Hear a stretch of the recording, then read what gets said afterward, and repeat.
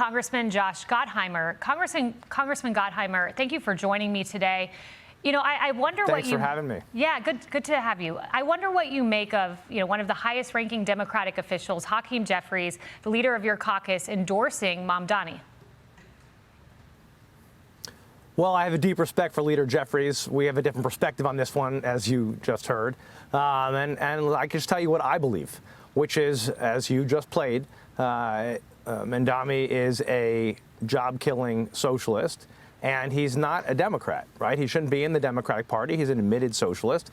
He should be in the Socialist Party. As good of a campaign he's run, I have very strong disagreements with his views. Whether you're talking about government-run grocery stores, obviously his continued anti-Semitic rhetoric, refusal to condemn phrases like globalized intifada, which is a call for the killing of the Jewish people. We couldn't be more different in our views. I think we need common sense Democrats and common sense views, and I just don't think Mamdani right now carries those views. Congressman, you've been clear on this from the beginning, all the way back. I found comments from you all the way back in early summer, and I think that's admirable that you've spoken out on this. And I'm curious how many of your colleagues agree with you, either privately or publicly. We know there's just a few.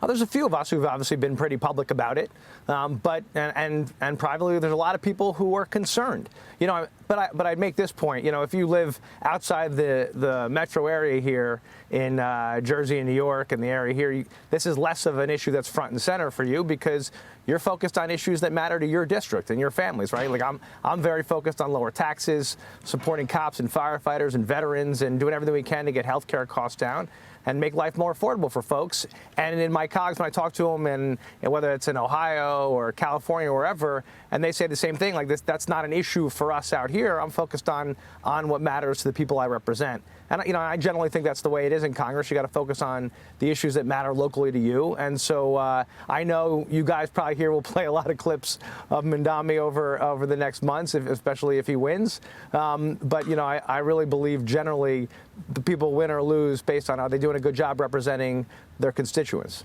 How did you guess? I have a clip of Mamdani I'm about to play for you. And this is him. You caught me.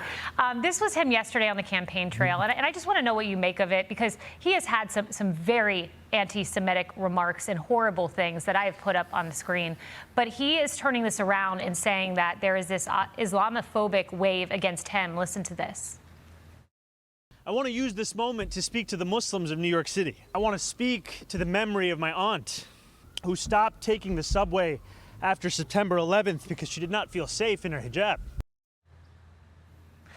I wonder what you make of that. To me, his time would have been better spent apologizing for some of the things he said. We've seen a wave of anti-Semitism across the country.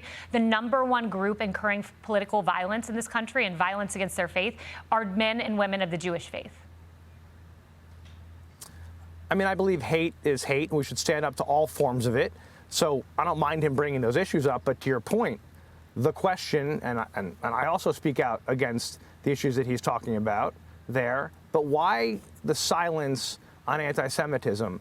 And we know, as you pointed out, we have the highest levels of anti-Semitism in history right now, and since the ADL has been keeping these records.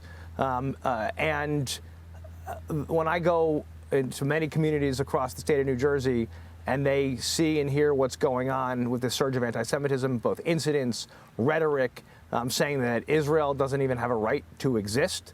How could you not, in a city with the largest Jewish population in the country, how could you not speak out against these issues, especially after what just went on October 7th, and with where we are right now in terms of still having 2 American hostages who have passed, that remain still in Gaza, still haven't been returned, right along with many other hostages that are still sitting in Gaza right now. 15 have been returned, 13 haven't, despite Hamas's commitment, the terrorist organization Hamas, their commitment to returning these remains to loved ones so they can have proper burials of their loved ones. And yet here we are with no comments about that.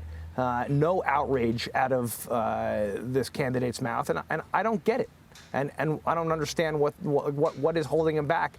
And what I worry about, of course, is if he's mayor, if he becomes mayor, will he stand up and speak out? not just, of course, will he do the right things and fight crime and clean up the trash and make sure that we run a city well, but will he speak out when there's incidents of hate and anti-Semitism against anyone? Yeah, you're right. And, it's confounding to me that, Quinnipiac poll shows 29% of Jewish New York City voters support him. And, as a Christian who loves the Jewish community deeply, I don't want to see this man become mayor. I do want to ask you this, though, because I think education's so important. And you are helming a bipartisan bill that I really hope passes in the halls of Congress. And it's to teach our students about October 7th, the October 7th Remembrance Education Act. We know there are terrorists who killed infants that day. And unfortunately, I think there are a lot of people in this country who don't know this, especially young people. Do you think that gets across the finish line? By the way, I think, Haley, it's worse than that. Not only do they not know what happened on October 7th, that infants were burned alive, taken out of wombs, that people were decapitated, the worst attack on the Jewish people since the Holocaust. Not only that, they're questioning actually, did it happen at all? Or, as I read this week, and people said to me, well, actually, Israel did it. They were to blame, right? It was an inside job. I mean, that's when you have so much disinformation out there. If we don't actually teach our children about not just what happened on October 7th, but about the Holocaust, about history, about facts, we know what happens. TikTok comes in and tries to fill in what they believe when you have all these outside forces, whether you have China, Russia, North Korea, pumping disinformation into our country, trying to brainwash young people. We see what can happen. We've got to make sure, and that's what this legislation does, it actually teaches our children the facts. It gets information out there. And I think whether you're talking about anti-Christian surges or anti-Semitic surges, we've got to make sure we get the facts out there to our children. That's the best way to make sure our next generation stands up to hate. Yep, without question. Congressman, as I said, you spoke out on this early. You mentioned politics is local. You're not from New York. You represent New Jersey, but you still found it in you to speak out. And I really appreciate that. I know a lot of people by the way, if Mamdani wins, I want people to know Jersey's open for you. I'm putting up billboards. Everyone can move to Jersey. We want you in Jersey. People, businesses, come to Jersey if Mamdani wins. That is an enticing proposition. I'll be looking for those billboards. Thank you. Hey, it's Will Kane. Click here to subscribe to the Fox News channel on YouTube. It's the best way to get our latest interviews and highlights. And click to subscribe to the Will Kane podcast for full episodes right now.